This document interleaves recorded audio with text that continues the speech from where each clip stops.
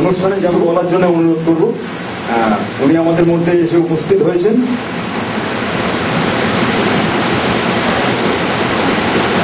তার থেকে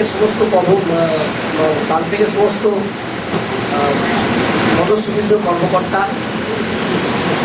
এবং উপস্থিত দর্শকবৃন্দ, আজকে আমাকে হঠাৎই বসিয়ে দেওয়া হয়েছে, জানি না কেন বসানো হলো আমাকে। কাল থেকে আমাকে আমন্ত্রণ করেছে, আজকে আমরা একটা নাটক করব, নাটকটা পরে করবো আমরা। কাল থেকে দিন প্রতিদিন উত্তর সেদিকে কামনা করে আমার বক্তব্য। ধন্যবাদ সোমনাথ বাবুকে। আর তাপস বাবুকেও কিছু বলার জন্য অনুরোধ করছি আমাদের দলের পক্ষ থেকে। নমস্কার। কাল ঠিক একটি সাংস্কৃতিক প্রতিষ্ঠান আমি এসে দেখলাম যে কিছু ছোট ছোট ছেলে মেয়েদের মধ্যে সাংস্কৃতিক চেতনা বাড়াবার জন্য তারা একটা কাজ করছেন সারা বছর ধরে।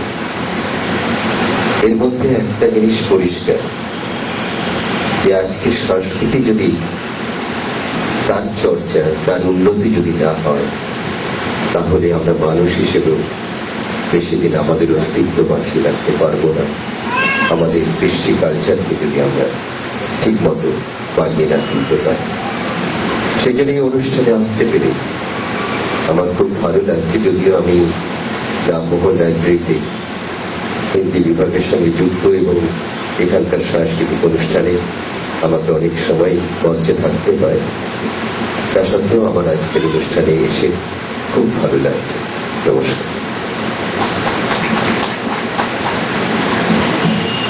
এবার দলের পক্ষ থেকে অনিতা ম্যাডামকে কিছু বলার জন্য অনুরোধ করছি। আমিও হিন্দি বিভাগ থেকে এসেছি।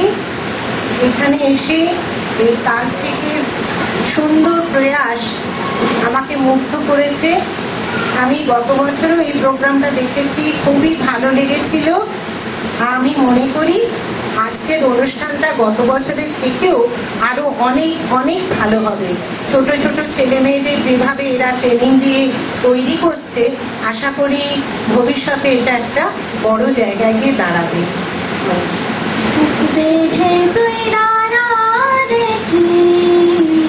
বারে বারে বেরিস মুখ বেঁধে তুই দাঁড়া দেখি, বারে বারে বেরিস ভাই, শুধু তুই ভেবে দিবি হাতের লক্ষ্মী